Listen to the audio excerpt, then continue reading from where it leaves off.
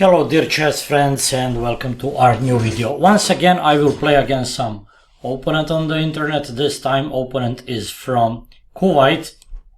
Let's see what will happen in that game. Before I continue playing and working on the game and analyzing it, I want to thank you once again for all your ideas, critics, suggestions, etc. That really helps us to get better and better. Okay, after EF. Now, some players very often go for some other plan, bishop d2, queen c2, which is not good enough. Black answers with bishop d6, castling, and later black plays something stupid, h5. So that plans are bad for both sides. White is pawn up and white should go for exchanging pieces, and bishop c4 is good way. If black allows white to play queen h5, that can be connected with dangerous attack, and after that black can even agree exchanging queens. Let's see if that will happen. No, he plays this. Okay, now I will play d4, sacrificing the pawn. He refutes. Okay, and then bishop e3. You will see what will happen. I want to play queen h5 with maybe even long casting with some sharp and promising attack. After c6 he wants to go to direct Caro-Kann, but queen h5, you will see what is the point. I want to put my knight to attack after knight e2 and knight g3. My bishop dominates on that diagonal, and if he plays bishop e6, I will go for bishop d3, transferring it to another promising diagonal. After that, let's see. Very often players go for rook e8, which can be faced with crashing bishop f7 with a winning position for white. Maybe my opponent will go for this. Let's see. Bishop e6 is correct, where bishop d3 will be played. Okay, he played this. No problem. Now I want to do something like this, if possible, to transfer knight to h5. Or to attack with h4 and h5. Let's see. Okay, I go for finishing development. Rook e8, no problem. And now he doesn't have any problems with the king's safety, but okay, I will go peacefully for castling. I'm just practically pawn up. Very often players go for f5, which makes bishop e6 bad and helps me to trade material with this. If he doesn't go for this, I have annoying bishop h6, and that bishop will be a real bone in the throat for a long time here.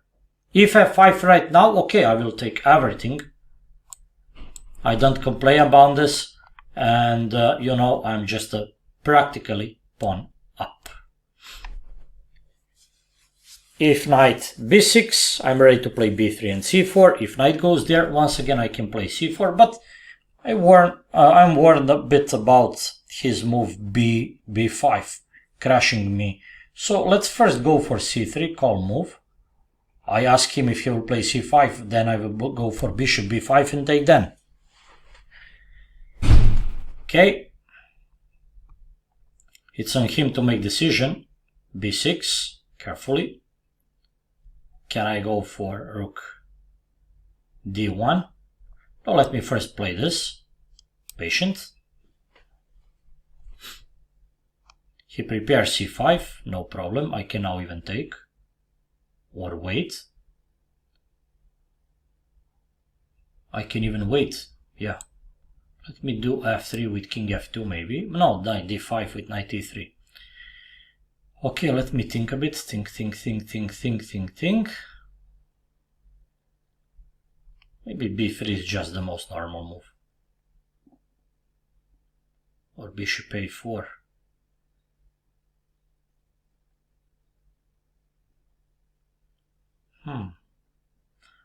Okay. If he takes, let's him take. I will just do f3.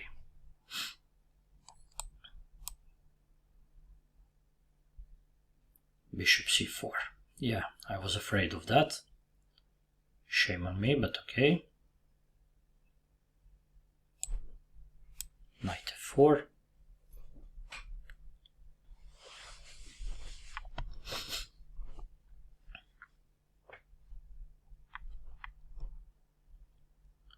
Okay. First rook e8, knight e8, and now I think b3.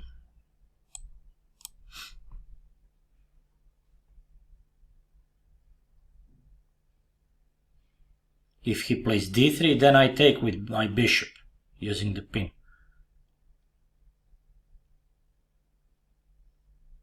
Bishop b6, I can use the pin right now. Yep. If rook c8, just c4.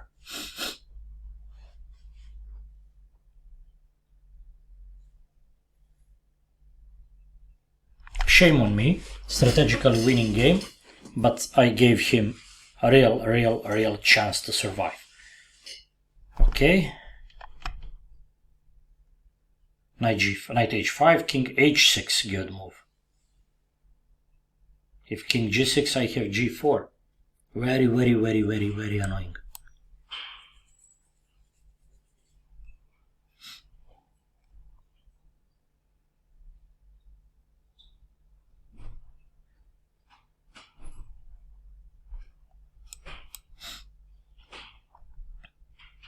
King h6 may be correct right now. But then his king is misplaced. Oh no. What would he do now? How to defend f5? Looks like he is collapsing, and that's very well deserved. I should win that game in more peaceful manner because I had pawn up. But okay, shame on me. I allowed him to go for some complications. gf or bishop f5 was the simplest.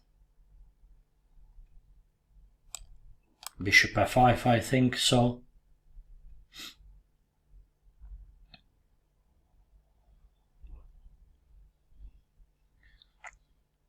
Maybe rook c8, cd, and there is not rook c2. That is very important fact. But I'm in last minute and I must hurry a bit. Has a minute up. Some removal may be a good thing. Okay, king f2.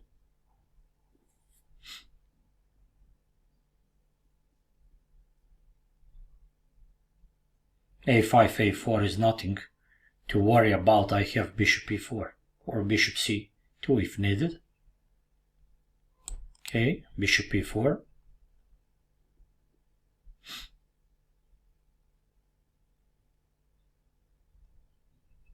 Is blockade on d6 effective? I don't think so. Oh, he helps me to activate my knight. I expected bishop e6. Yeah, one more extra pawn. Pawn taken for free. And once again I check. King e3. I'm ready to take, of course, with the pawn if he takes on e4. Okay, now h4. Launching the majority. I take with knight. Nothing to worry about. His pieces are very passive.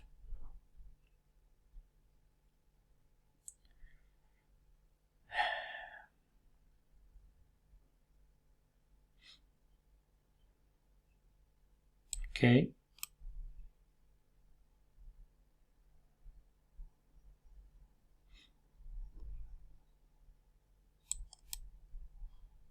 I want to force him to take. Instructively played. Now my king enters. No blockade, no barricade, no barrier. Knight a6, okay, let me trade this bishop.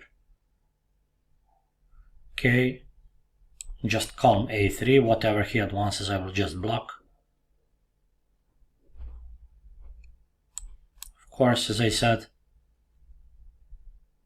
knight c4 gaining once again the material, threatening also d6. As I told you, no blockade. And he resigned. Okay, my dear chess friends, I want to once again show you that in that position black has some compensation for decisive yes, I really think decisive damage pawn structure, but simply that compensation must not be enough to compensate that serious defect of pawn structure. I'm practically pawn up, and black cannot induce passed pawn on the king side with that sterile majority. On the queen side, I'm practically pawn up, and that must be a decisive factor in that game. That would be all for that video. I hope you enjoyed that game and you could learn a few things. See you soon with some new lesson. Bye bye.